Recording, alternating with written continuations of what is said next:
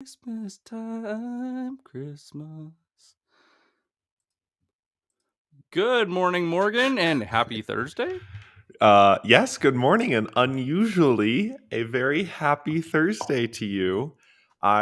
Before we went live, Nick started to sing some Christmas music, and that's definitely where I'm at mentally right now. So, for anyone joining this morning, thank you for being here. If you're here, drop a hey in chat. We'd love to say hello. We've got a great topic, I think, today, Nick, to talk about. What do you do during the holiday season? All right, everyone's busy. People don't respond. People say stuff like, we'll talk about that in the new year. So, as a sales professional, how do you use this time? How do you make it a slingshot maybe for your success? So, good morning, everyone. Thank you for joining us during the holiday season. If anybody's rocking their ugly Christmas sweater, throw it in the chat. I'm not going to sing for you guys. It's I okay. won't quit my day job. Hey, Tiffany, thank you for joining us. This is one of those topics that is super controversial. And I've been on both sides where I was expected to do one or the other. And so during the holiday season, it's typically driven by your sales manager. Slingshot engaged. Hey, Andy, how you doing? It really comes down to your sales manager and what they believe is the right thing to do during the holiday season. And I've worked for both. One that believes that it's unethical to be prospecting and selling during the holiday season. And so essentially, here in Canada, they would go right after Remembrance Day, second week of November. What do? They disconnect. They're done. They're not doing anything. And so they kind of coast, which is scary because they're coasting until like February, March. Yeah, that's crazy. Hi, And then Jeffrey, by the way. Hi, Andrea. Thanks for joining. good morning, everyone. And then we have the other sales manager where they know that this is the worst quarter and the worst couple months are about to begin. And they do the complete opposite. They almost go like Wolf on Wall Street, and they are pulling out the most shady shit to try to go and ramp. They go and do their morning meetings, and they're looking for ways to screw people out of their money. And there's no real happy medium that I've ever worked with. But I'm going to tell you right now, it doesn't matter what camp you're in, and please let me know in the chat. Are you no selling during the holidays? Or are you all for selling during the holidays? Throw it in the chat. But I'm going to tell you right now, if you don't, you're in trouble. And this year has been the weirdest year too. That's saying something. Yeah, I've never had a year where coming into my holiday season where I've had people hounding me to meet, especially between Christmas and New Year's, because a lot of people are realizing that this year, especially, and this is why this is so big and why I wanted to talk about it, is that people are realizing if they don't use it, they lose it. And so they have to go and use their budget before the fiscal year end, or that's gone. And so a lot of companies are realizing that now is the time, and they waited too long. And they also want to kickstart next year because they're realizing too that COVID isn't going away. And even if it does, the way we want to buy has changed. Same with our buyers. So it means the way we have to sell has evolved. And so this year it's fast. It's not the slow pace that it normally is. And so what do you guys think? Has it been faster for you? Slower? Throw it in the comments. Yep. Also, hi, Liz. Hi, Camila. Thanks for joining. Thank you, everyone. Yeah, and really what happens, and I've seen this happen a few times, and it's really tough, is you'll have the salesperson that believes it's unethical to go and sell. And I actually saw this in my poll, and I can pull up the results, but Yes, you did a poll this week. You should explain what question did you ask and what were the results. This is a good poll. I asked, should you not be selling during the holidays? And it was about 50-50 between yes and no. But the thing that was interesting, it was actually 25-25 for yes and no, and 50% for show me the answer, because people are wondering what is the best course of action. Because right now, sales are really struggling unless you're virtual. And all of the traditional methods that we got taught, really from the books from the 80s and 90s are failing. And so all the methods that worked up to the 2010s don't work anymore. And so I'm going to tell you a story about the ethical seller, and we can go dive more into the polls. Hmm. But I worked with a guy years ago that he was the most ethical seller. And so he stopped selling in November, but he was new. And so he worked really hard through the year. He budgeted, he was good. And this year, he came in and he had no sales, no pipeline, nothing built, and tried to coast through the season. And the managers kept telling him, like, you got to get your activities up. You're going to have to keep pushing. You got to go work. And he said, I just don't want to talk to people and interrupt them during their holidays. This is for time with family and friends. And their manager's like, yeah, that's great, but you have a job to do. So go sell. Just do more. He's like, well, how do I do it in a way that's ethical? He's like, I don't care how you do it, just do more. And that's what he kept getting told. Well, January rolls around, he's still in trouble. February rolls around, and he gets fired because he has no pipeline. He's not predicting any revenue coming in soon. So they just let him go. And I always go back to the story because I realize that a really good Q1, if you're just starting now, you're actually late. Even if you have 30-day sales cycles or less than 90, you're a little late to the party. You should have actually started building in November and been somewhere between 3 to 6 months ahead to set yourself up for success. And this is why the holiday season is actually an incredible time to slingshot forward, because it's my favorite time to build pipeline. And so think about the numbers. I was talking to a company the other day that they need to do 100,000 in sales to hit target on average. Morgan, what do you think they need to go and have in their pipeline to hit 100,000 in sales? What would be your guess? 5 to 6 times that. I mean, minimum, right? Unless if they have like a really good sales qualification process and they're closing 20% of whatever's in pipeline, but that's unusual. So it's probably higher. So when we did the numbers and we crunched everything down from how they actually valued their deal stages Mm-hmm. and the reality of closing, it actually worked out to 8 to 10 times.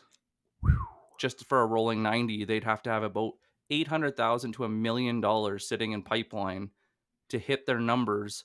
And that's not all going to close in that month. That's closing over the 90 days. But that's what gave them enough room to be creative, to be ethical, to go and respect their buyers, because buyers buy when they're ready. People are buying at any time of the year. The only time it becomes unethical, in my opinion, is when you're trying to force them on your timeline. Mm-hmm. We help people make decisions. And the reality, I heard it the other day on, I think it was Gong's podcast, that there's a thing too where it's know and grow. Once they know the value that you can bring, they grow. Mm-hmm. This is also a time for that. We can't just think that we're going to be doing just building pipeline and just generating deals. We also got to look at how are we going to help our customers and grow our accounts by providing an even better business case and providing even more value. That's what this time is for. It's not for shady tactics. And what I really like about that perspective is if you have a good understanding of your customer, you may understand their budget cycles as well, to what you had brought up right at the beginning, which is people may need to spend money before the end of the year. And so this is a time of the year in which chatting with them, helping them navigate their own decision-making process, inserting your product into that conversation is actually a really valuable activity because they have a budget to spend. And I used to have to navigate budget cycles as a staffer and not as a vendor. And it was as frustrating being inside a large bureaucracy as it is trying to sell to it. And, budgets are established 2 years potentially in advance, depending upon how large the company is. So if the stakeholders at the company, this is just a very niche example, but a valuable one. But if the stakeholders at the company have money to spend, they're looking for ways to spend it. And potentially this is the right time to strike up that conversation, even if the close doesn't happen before December 31. It depends on what your stakeholders need, and it depends on how people are interacting with you inside the sales process, and especially your sales cycle. To what Nick was talking about, how long is your average time to close from entering your pipeline? I just pulled up that poll just to go Oh and see where yes. we're sitting. Mm-hmm. And this is kind of interesting. The tides have turned. We are now at 26, 24, 50. So more Interesting. people, not by much, are believing that we shouldn't be doing any prospecting. Mm. So that's 93 to 86. And 177 that said we shouldn't, they just don't know. Yeah. And so what do you think, Morgan? Should we go and dive in? Do you guys want to know what you should be doing? Or what we'd recommend you do during the holiday season to make that slingshot to go and really crush your Q1? I do. I do. I do. So it's a little late for this, but one of the things I actually start this whole Mhm. process with is breakup emails. I get rid of the trash. Mhm. as I mean, as that's harsh as that this sounds. is a good way to say it, though. If there's anything that's holding me back and it's tying up time that doesn't need to be spent, I go through and I clean out and I do my breakup emails. And I like Chris Voss is very simple of the have you given up on this? And sometimes I'll go in a little more detail and just say like the ball's in your court. You said this is something you wanted Mhm. based off of this that so on higher level accounts, I'll go into a little more detail and I'll rephrase the reason that we met in the first place and what I discovered in discovery. So what was the business case for us to work together? And I'll put it in the body of the email. And I leave it and I do not follow up. And I will go and put them in close lost. Mhm. And if they decide to resurface, bonus. But The If I can throw my own sauce on this, I liked Blair N's. I think he calls it the magic email or closing the loop email, which is instead of, I mean, it's sort of a way to kickstart a conversation, and it's definitely one of those that depends upon the client because it's not the Chris Voss question; it's more of a statement, which is like, I haven't heard from you on this project or opportunity, whatever that is. So I'm going to assume you've gone in a different direction or your priorities have changed. Let me know if I can be of assistance in the future. Thanks.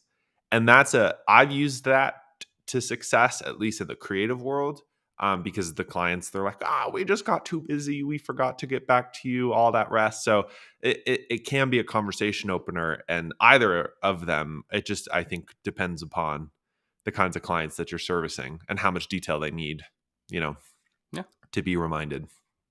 And the thing is, and I like how Chris Voss says, like, be unstoppably nice. Mm-hmm. I'm going to be completely honest. This is not your opportunity to be an asshole. And I've seen this where people, they try to go and puff their chest and they're like, I am man. I can, I'm too good for you. You don't deserve me. That's why you're not moving forward. That never works ever. So if somebody's giving you that advice, they obviously haven't sold before or haven't been a high producer. And they're just reading stupid books from half-ass salespeople telling you what to do.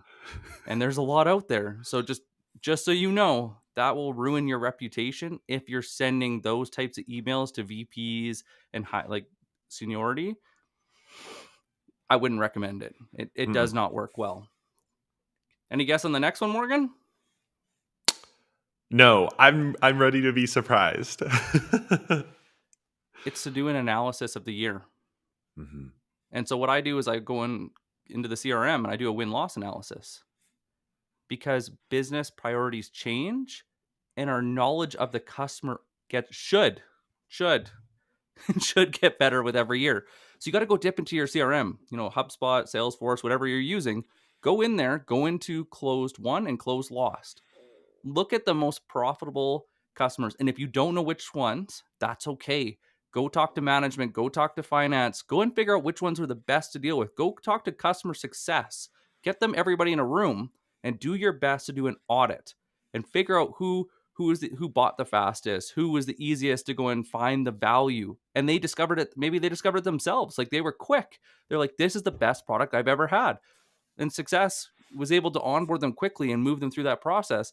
And you know what? They may have already come back and bought more.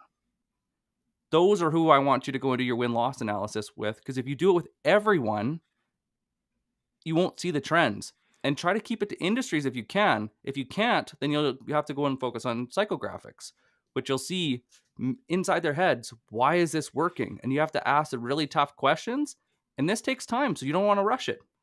And then all I Mm-hmm. do is I take the last 10 or 20 lost, and I'll go and follow up with them, and I'll ask them, from when you started this sales process with us, did it align with what you thought you were getting? And sometimes I'll find out that we pitched it differently, framed it differently, which did not meet their expectations, which also helps with positioning, how to change the value conversations in your sales process. This is a huge, huge learning lesson, which is worth the month. Yes. And this can fill in those absent sales meetings. That's okay. It's worth it. And the more people you can bring in the organization in different departments, the better this works. Because then it's company knowledge, not your knowledge, which, don't get me wrong, it makes you more of an asset, but it also makes you look like a hero when you're asking the questions that people aren't brave enough to ask.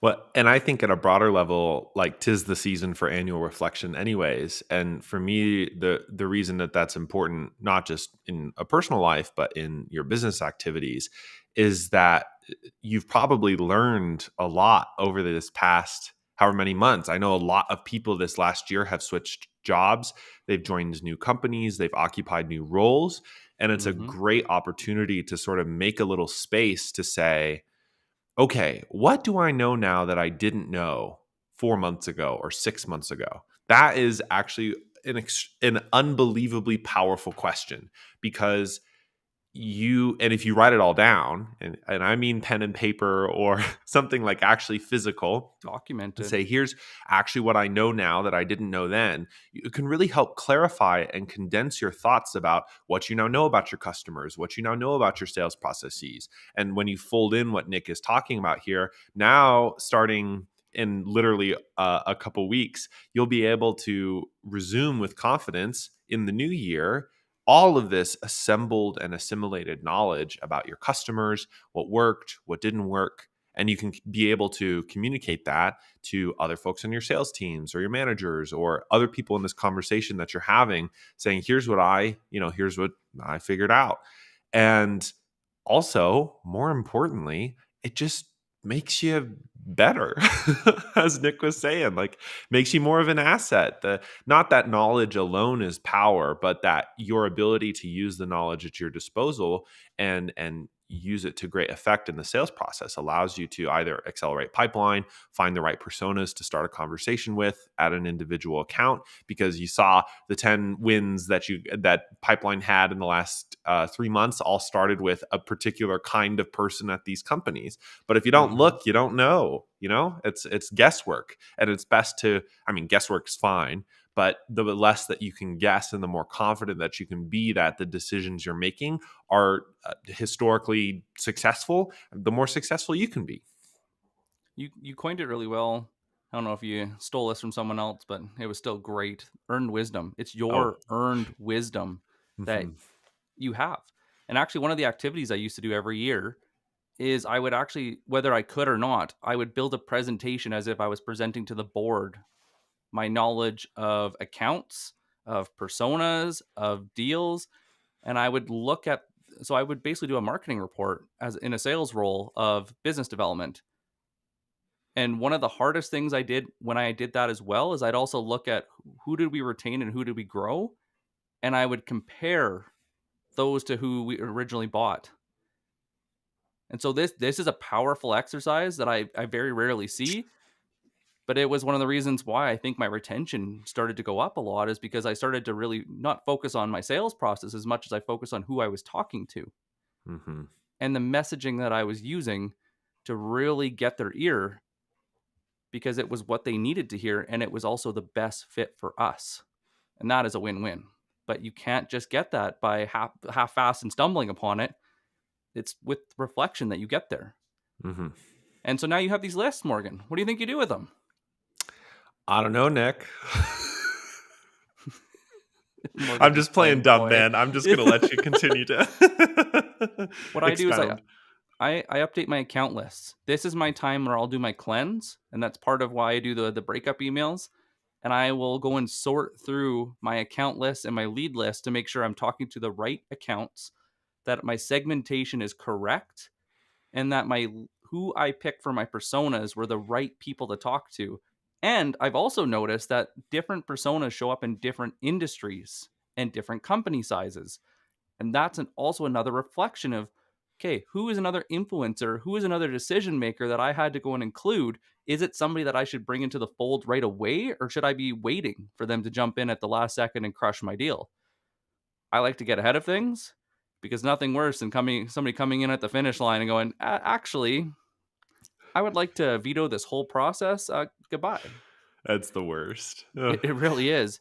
But it's so important to do this. And I cannot stress this enough. It's so important to do this in December and start now, because you need to build relationships first. And the biggest reason why, especially when you get to larger companies, relationships build trust. Trust gives you knowledge and earned wisdom, because they may only give you half the story. And thanks, Jeffrey. If if you don't go and dive in and you don't have those influencers' ear, they won't give you the information you really need to put the right deal together. If you're talking with just somebody you think or says that they are the decision maker, it's left on their shoulders, and somebody comes in and changes the buying criteria slightly, and then a competitor wins, because you weren't talking to somebody with authority, you were just talking to somebody that thought they had authority. And Mhm. that's a hard thing to find. But when you start now and you start building those relationships, and you're always 3 to 6 months ahead building relationships, not just deals. You got to break this out from deals. Mhm. You got to rub shoulders with the right people. When I used to work downtown Calgary, they actually expected us to be in certain locations in the downtown core at different times of day, because we would actually map out who went where for lunch, who went where for coffee, where was the best place to go and sit for, the comfiest chairs and the quietest spot to take a phone call, It's great. just so you were top, now it's top of feed, top of mind. It's not because they Mhm. can't see you, Mhm. but now they can see you on their feed. Sometimes in their email, but when you're getting a few hundred emails a day, it's pretty hard to say top of feed. But these are the things you have to think about. So you have to review your account list in Sales Nav. Mhm. Build them to no more than 50. Be very tight on your segmentation. And then the reason why you're tight on your segmentation is for this reflection. So you can go back and update those personas and have those conversations at the right times. And right now, you can start reaching out to them in a way that is meaningful and you're not rushed. This is where salespeople get in trouble, is when they're rushing a relationship because they need to go and hit quota, Mhm. or because they're hungry and they need to go and put food on the table. Yeah. And this And is that why you hardly got to get works. ahead of it. Yeah, that's survival mode, which we've talked about previously on the live show. That's first gear if you're driving a car. And it's so like I don't have any let's say judgment about being in first gear. It happens. I've been there. I know you've Everybody's been been there, there. Nick. Um our earned wisdom as we talk about is that it's not a fun place to be in. And even if you're in that spot now because whatever happened in November and December, that's okay. Take this time to reorient yourself and do some of the stuff that Nick is talking about. And especially what Nick just outlined. I love this time of year personally because it's my chance to clean up my downloads folder. Oh, And as yeah. a creative, I have a ton of stuff in my downloads folder, like months and months and All the video months of files and media. oh, Oh, I don't even want to talk about it. It's sort of a mind-numbing experience, but it's the same principle as updating your sales nav lists and looking at your account segmentation and your personas that you're going after. This is a time because chances are you may not be getting as many calls with people through the holiday season, and that's fine. This is a time to really take to create space and do something with it. And for me, that means, cleaning up and reorganizing and finding a foundation and being willing to change some stuff up and try something new. And you may not see dividends for that for a couple weeks, which is Or okay, months. or months even. But if you think about it in the long play, which is what am I doing now that can impact my success 6 months from now or 12 months from now, these activities become really, really important because ultimately there's lots of deals out there, and you'll participate in lots of different deals in the next year. And if you begin to ask, okay, what do I need to do to make sure that I'm more successful these next 6 to 12 months than I was this last 6 to 12 months, or whatever that question may be for you, Mm-hmm. these sorts of activities are equipping you with the skills and insights needed to achieve that level of success that you want. And all it is for me is just creating space. I have noise canceling headphones. I don't have them on today, but you know, turn on some, I'm a lo-fi beats kind of guy, so turn on some lo-fi beats in the background and just like get into the So flow of things and just spend some time working on that. If you can, I mean, I wouldn't recommend it depending upon the workplace. Turn off Slack, say you're away or whatever the status icon is for a couple hours, and really just dive in to do this sorts of work because it's so crucial to slingshot into the new year. one thing to remember, guys, is what normally happens during the holidays that doesn't happen during the rest of the year. You will go to the grocery store, you go to the coffee shop. What do you notice that's different other than the decorations? People are warmer. Hmm. It's the holiday spirit, right? People want to talk, they want to engage, they want to give season's greetings, whatever variety that comes out to be, but they want to engage more. But we've also been locked up for 2 years and all the stupid regulations and restrictions and everything that have been going around. People want to talk, Mhm. but that's not, they don't want to get pitch slapped. That'll work definitely against you. But right now, people are more open than ever to starting conversations if you're willing to come at it from a relationship standpoint and value driven. That is why I start this during the holidays, and I try to start it in about the first, maybe second week of December at the latest, because then I can start engaging with the right people. And you have to go through your list and look at where people can be contacted the easiest, where it's the least abrasive. Some people just use their email. That's just their Yep. persona. That's how they communicate. That is the most natural to them. Some people just use their phone. I have some customers that I've worked with for over 5 years that the only way I can talk to them is either a text message or a call on their cell phone. And that is the only way I'll ever get a hold of them. Same. Yep. I have some clients like that. Yep. Right? But if you don't go and do this and you don't start this now, this is how it gets hard because now you're rushing. So use the holiday season to your advantage as a slingshot to accelerate relationships, which will accelerate deals because you can't move faster than the speed of trust. Mhm. I've tried with all my different sales managers, different sales tips and tricks and everything else. And I told them, if they don't trust me, it's not going to magically happen. So there we go. Yep. So now you go and you have your list built out. Now you just start contacting people, but you're not contacting them in a way to go and start a deal. You're trying to build relationships, and you want to find the low hanging fruit in December and January because this will also carry into January. And you got to really look at your accounts because now you have time. This is when you should be doing your research. I know Liz is great at this, and I know Andrea is also building her cadences. It's two great activities to be doing during this time so you can launch strong in January. And what you want to do is you go and look, okay, so if these are my four, personas that I have to target, who's the best one to start with now? And start becoming that name recognition. So they start talking about you around the office and they're thinking about you during the holidays so that when you come back in January and you keep going with that conversation, it's easy. That's the difference. You're making it easy to go and have those harder conversations later down the road when you're asking the tough questions. Which persona should you be targeting?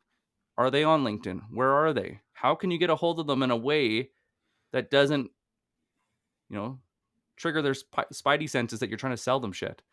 Yeah, What like a is it cold that works? FaceTime? No. Oh god. But it's Sorry. right? It's those little things. And so Mhm. when you do this right, it works. It opens up those doors and it makes it so much easier because you have that relationship. And plus you got these sales navs lists and everything cleaned up. So now you can do your comment strategy. Now you can go and start investing your time again. The reality is, if they're commenting on LinkedIn, they want to be on LinkedIn. And so you don't have to ask yourself, well, are they, do they want to hear from me during Christmas break? Do they want to hear from me on whatever date? It's asynchronous. It doesn't matter. If they're posting, they use it. Maybe this is the time you go and explore YouTube or TikTok. Go comment. Go and see if it's a better platform to be on. I know Yeah. where I'm staying, but Yep. No, I mean, same, but and then another time for this is to reconnect with top accounts. We all get busy.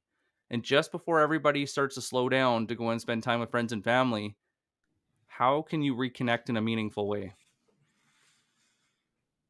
One thing I got told to do years ago that I still works is handwritten letters. Mhm. It could be a simple thank you. Mhm. One of the mentors that I saw do this really well would share one of their favorite memories with them,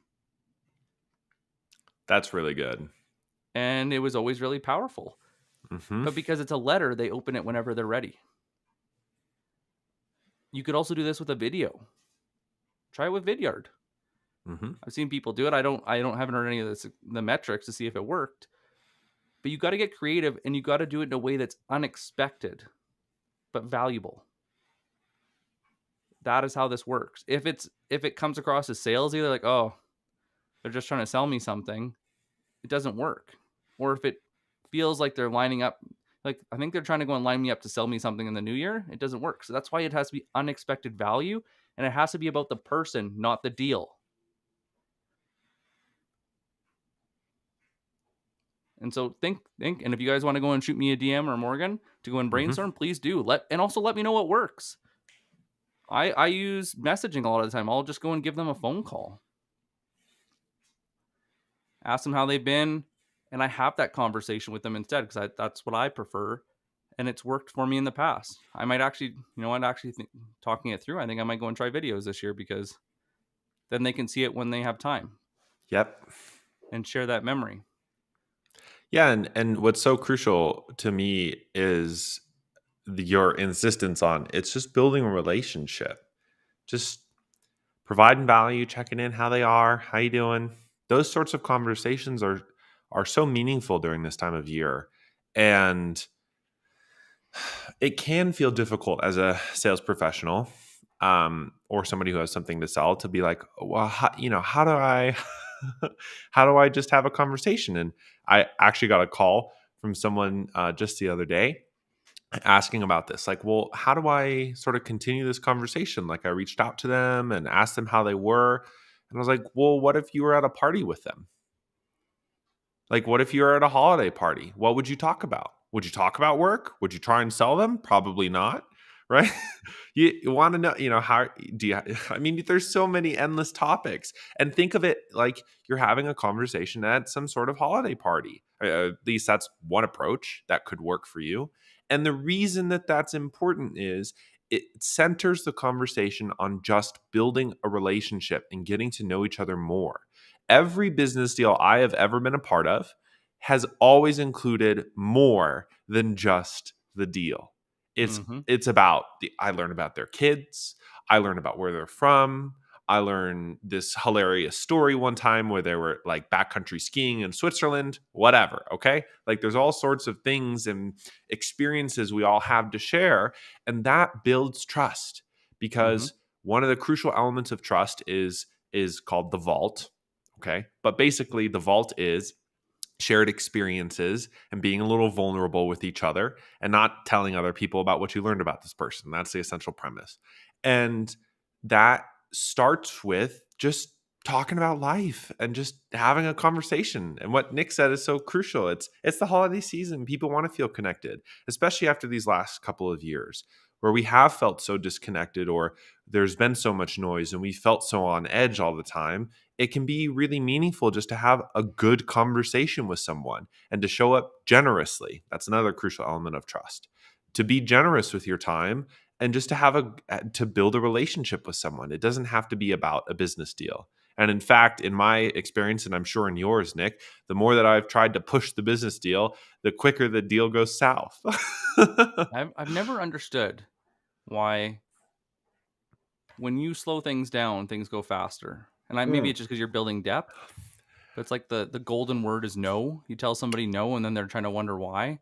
I wouldn't Yeah. go that far on a deal, but it, it it is interesting. And one thing, Morgan, that plays on what you were just talking about that I don't hear enough is because there's no deal, because the deal is not necessarily on the table. And I will say, if a deal's on the table, it usually surfaces itself in 3 days, 72 hours from the first conversation. And if they want it, run with it. That's your job. Help people that want to buy.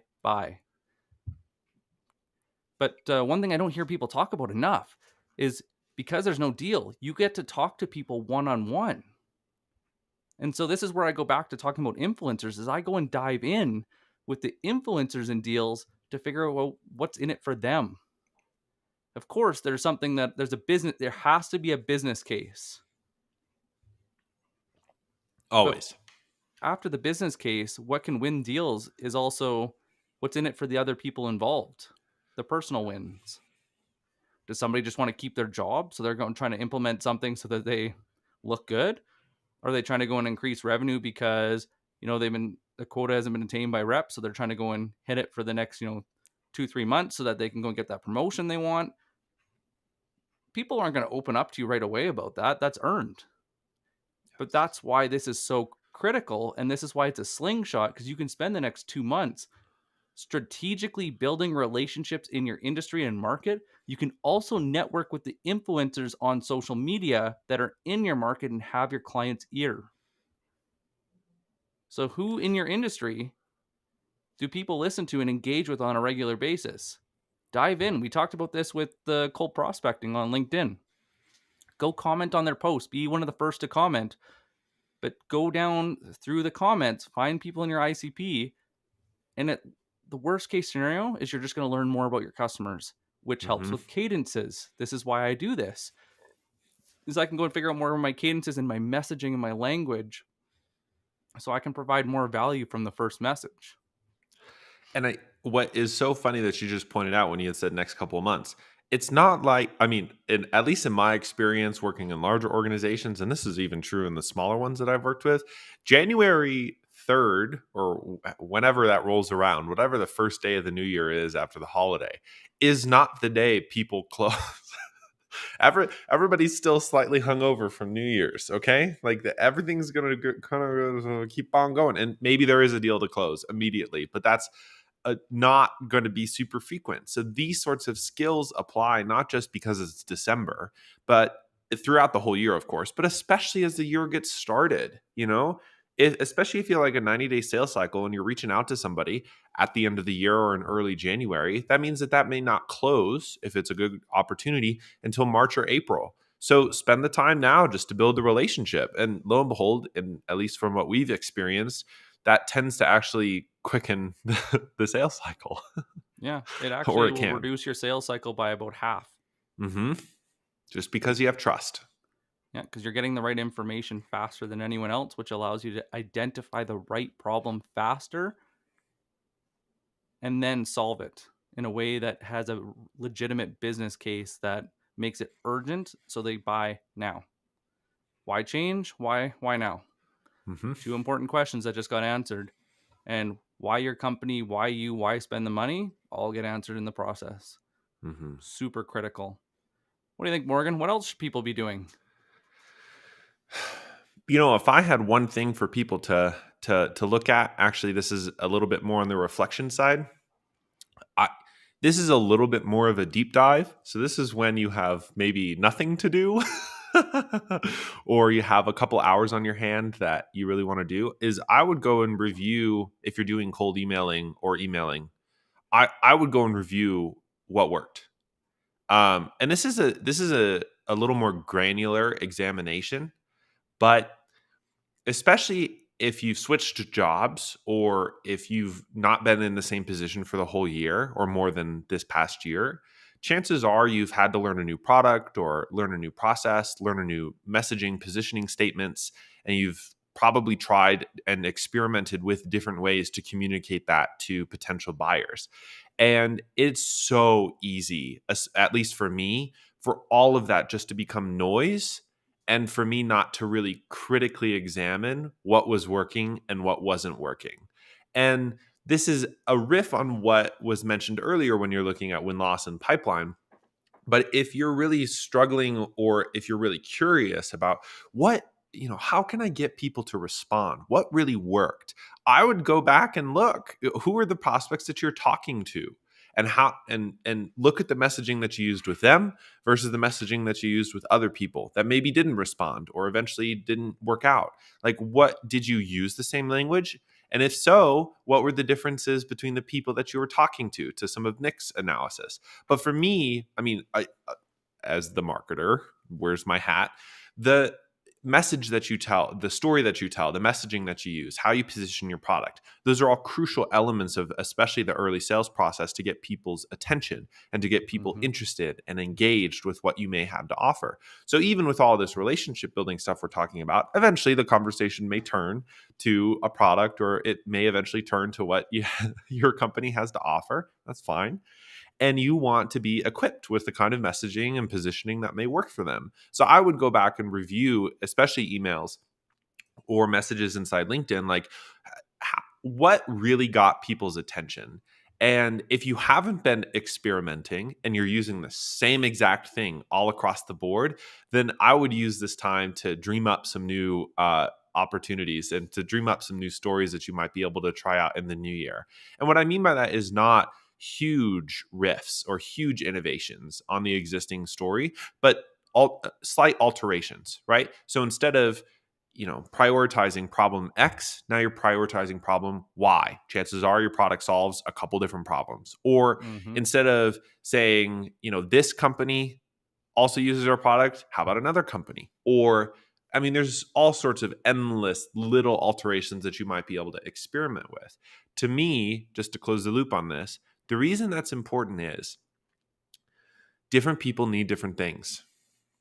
And sometimes we get caught up in our own stories and literally in our own messaging about our product that sometimes we forget that other people hear it differently than we do. And this is a great opportunity to sort of review and look at what is working for other people. Because, Mm-hmm. and this is especially a fault as myself as a freelancer, I know everything about what I want to offer. And chances are, as a salesperson, you know a lot more about the technical features and all of the sort of in and outs of what your product can do, but the people you're going after don't. And so while some of the sales process is an education experience about what your product can offer, a lot of the early term engagement is just getting them excited to interact with you and about the benefits, not the features, but the benefits that your product has or your service has, meaning how does it solve their problems? So I would definitely look at messaging. Well said. Yeah, it's important.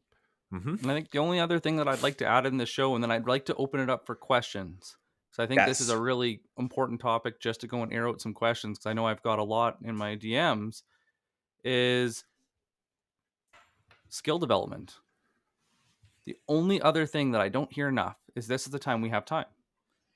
So looking at your strategy for next year of how you're going to attack your quarter, what tactics, what skills do you need to get better at? Are you going to do more email automation and marketing? Maybe. Are you going to use more video? Do you need to get better at editing that video and doing snippets? Are you going to do what we're doing? Are you going to do a long form video or thought piece and then you're going to cut it down and use it for your content? How are you going to set that up? And if you start before you need to, then it's not as frustrating. Because I know me and Morgan have learned a lot through this process. Some of it was it was quick. Go on Mhm. YouTube or you go read a quick article, you ask somebody and you figure it out. Some of it's not. So take the time to figure out what is that next thing that you need to master. Maybe it's LinkedIn. Maybe it's you need to use a social media manager or like app, maybe like Hootsuite, to go and do some of the scheduling to go free up your time. But we need to look at those income producing activities to figure out which ones we want to focus on. And I always recommend just 3. And then once you have 3, you can layer on more. But this is the time to read. This is the time to go on YouTube. This is the time to reach out to those people that are incredible at what you're trying to learn and pick their brains and ask them questions so that you can get better. And I do this all the time, and LinkedIn's a great resource for it. So is YouTube. But people are open to this. I've reached out to quite a few different authors, and they are more than open to go and help you if you're willing to put the time in to ask good questions. Good questions showing that you reflected on what they wrote and you're adding something that adds to. So you're going over and above and you're trying to clarify. So It's we like went the over. old Go for mentorship it. thing.